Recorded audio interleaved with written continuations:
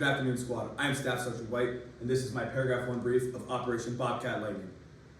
To begin, here is our platoon's task organization and composition. Our task is to disrupt enemy forces in AO Ronan, alongside with our purpose is to deny enemy influence on the battalion's main effort. Here is First Squad, us. We are the main effort of this operation. Here's our task organization and composition. Our task is to attack and destroy Objective Phantom, and our purpose is to deny enemy influence on the battalion direct operation. Our main effort will be Alpha Team.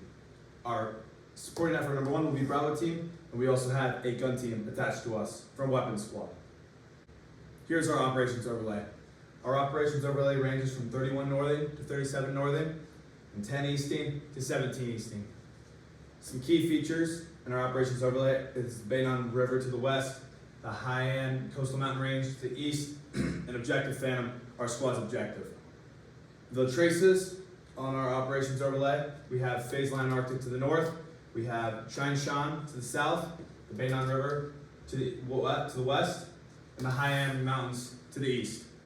Here is our area of interest. It ranges from 30 degrees northing to 36 degrees northing, and 8 degrees easting to 18 degrees easting. The main thing we may notice here is the Taitung Air Base, which controls a Z-10K attack helicopter, which will respond to battalion or higher enablers, and a PL-66 howitzer, which will respond to any element greater than a squad. They are both at the Taitung Air Base. The helicopter's response time is approximately 30 minutes, and the howitzer's is 10 minutes. Here we have a PP-87 82mm mortar system from that mortar team on our objective.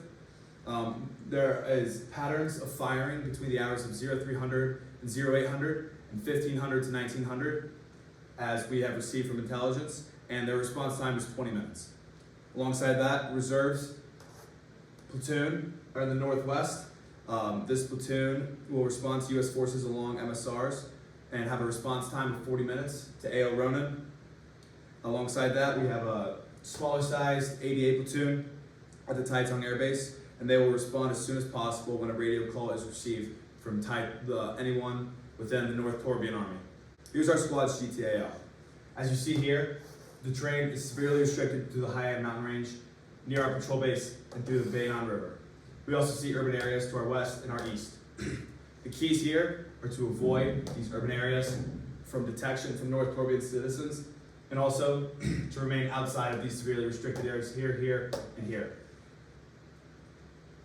In regards to our avenue approach, our plan is to hang around the high-end coastal mountain range around these urban areas and to use this intervisibility line here to flank from the east to our objective, or flank from the north, as there is another intervisibility line here. For our enemy's avenues of approach, most likely they will retreat this way through this dense terrain in order to reconsolidate with the squad here at this village, or they may just simply go back into the dense terrain. Alongside that, for the key terrains, you have the bridge which crosses the Baynon River. We also have the key terrain 2, the center of the screening squad, reconnaissance squad, near the urban area, alongside with the intersection here. All are controlled by North Torbian forces, and if we are able to acquire those squads, we will have an extreme advantage in our mission. In regards to observations and fields of fire, there is dense vegetation all throughout of AO Ronan, outside of these urban areas, and we need to make sure we are utilizing this concealment while trying to reach our objective. With that, talking about covering concealment, we need to use this dense vegetation to our advantage in our battle positions. However, we need to understand that the enemy will be doing the same thing, so we need to remain ready for anything. In regards to the weather throughout the week, our squad must take into account the high precipitation levels throughout the week, as this may hinder our movement and our visibility alongside with the enemy's visibility. My deduction from this is to make sure that we are staying together as a movement as it rains. Another thing to look at is the humidity levels and the high temperatures throughout the week. This may lead to heat casualties on both sides. However, we can utilize night patrols as we have NOD capabilities. In regards to wind, there will be no effect on us as we are a dismounted movement, but this may affect the mortar team's effective firing range, which is a benefit towards us. Also with the cloud covering, this may affect that Z-10K helicopter's ability to see the ground, which is a benefit for us. Alongside with visibility, the sunrise and the sunset get shorter every single day, which will help as it'll be dark out more often, and we have knock capabilities, and they do not. Here's the platoon level sit temp of our enemy. As you see, there are 4 squads. This is a reconnaissance squad, which is screening this area. The only difference about this reconnaissance squad is they have multiple QBU 88s.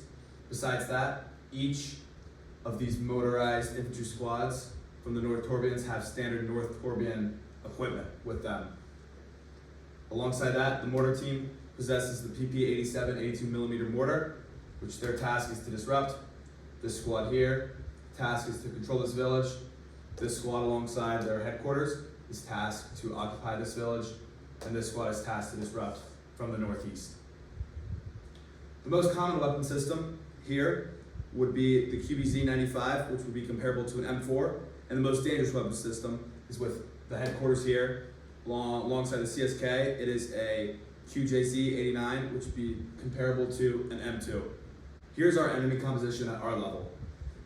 This mortar team's task is to disrupt U.S. forces, and their purpose is to support North Torbian defenders. As you see here, the mortar is oriented towards the Taitung Air Base and has a maximum range of 5,600 meters. Alongside this, there are QBZ-95s, 3 of them to be exact, which have a max effective range of 300 meters. However, the dense vegetation may not allow for this, but we should be as safe as possible and assume it does. When looking at their escape route, we assume it will take 20 minutes to reach this squad who is controlling this village here, as they are trying to protect their civilians. Talking about our avenues of approach, if we take this avenue approach, we may run into this engagement area here, or this kill zone from a QBU 88 sniper from this squad. If we are to follow the mortar team back to the squad, we may run into a QZJ-88, which has a max effective range of 300 meters, and I believe this is not in our best interest. Now, let's discuss the enemy's capabilities by warfighting functions, starting with intelligence. Aerial assets and key terrain allow for intelligence collection and situational awareness. I believe this is a strength for the North Torbians. Alongside with movement and maneuver, the control of the majority of roads is also a strength for the North Torbians because it allows free movement. In regards to protection, strong battle positions for most squads of the North Torbian army that we face. Yet, the reconnaissance squad is heavily positioned forward past defensive lines, which I say is a weakness because I believe that we can go around that reconnaissance squad as our squad and complete our mission. In regards to sustainment, there's dense vegetation, which allows these North Torbians to remain where they are and not go through anywhere, and as long as they remain concealed. And I say this is a strength for them. And also in regards to command and control, forces widely spread and interorganizational at the same time, at the same echelon in the vicinity of the objective, which I say is a weakness. And I conclude by saying that unit positioning will require strict consideration between elements to prevent fratricide and synchronized efforts. In other words, I believe because they are so tightly together and boxed in almost within AO Ronan, as there are both obstacles to the west and the east, I believe that this is an advantage for us. When discussing the enemy's most likely course of action, the purpose of the enemy's operation is to disrupt U.S. forces in order to support adjacent units, operations, and effects on objective Bobcat. They will accomplish this by conducting an area defense of their objective. Decisive to their operation is early identification of U.S. forces approaching the mortar team. The purpose of their enablers is successful execution of the enablers will allow enemy elements to execute their tasks successfully while understanding their purpose of the mission. The enemy's end state is to contest primary MSRs in AO Ronan, maintain civilian control over civilian population, eliminate U.S. forces while retaining defensive positions in AO Ronan, and to reconsolidate on objective Phantom, postured for following defensive operations. Here's our platoon level concept sketch, and here is our friendly mission 2 levels up. Charger Company, 1/5 Infantry, disrupts enemy forces in AO Ronan no later than 30/2200 August 24 in order to deny enemy influence on the battalion direct operations. This is our company's mission statement. Our expanded purpose is to conduct disjointed squad operations in depth within AO Ronan to conceal the current capability of charger disposition, disrupt enemy CDR's decision-making cycle, forcing to divert combat power and buy time for the remainder of the company to reconsolidate and follow on operations. Our key tasks are to disrupt enemy operations in depth, deny enemy uncontested use of high-speed avenues of approach, retain maximal combat power, avoid decisive engagement, and reconsolidate with 2nd and 3rd Platoon. For our end states, the terrain is primary MSR and AO Ronin contested. For civilian, minimize civilian casualties and collateral damage to infrastructure. Enemy, North Horbian forces in zone disrupted without an accurate knowledge of charger elements composition. And for friendly, dispersed elements will be reconsolidated at a patrol base postured for follow-on operations.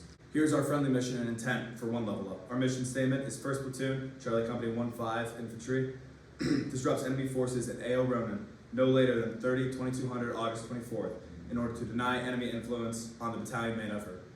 The extended purpose is to carry out company CDR expanded purpose, conduct squad operations in depth within AO Ronin to conceal the current capability of Charger Co.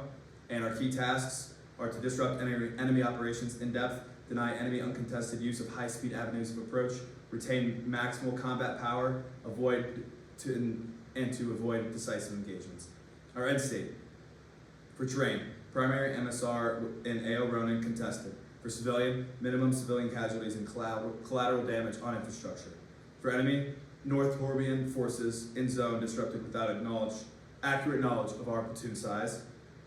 And for friendly, the platoon shall be reconsolidated at our patrol base and postured to follow on operations. This concludes my brief, pending any questions.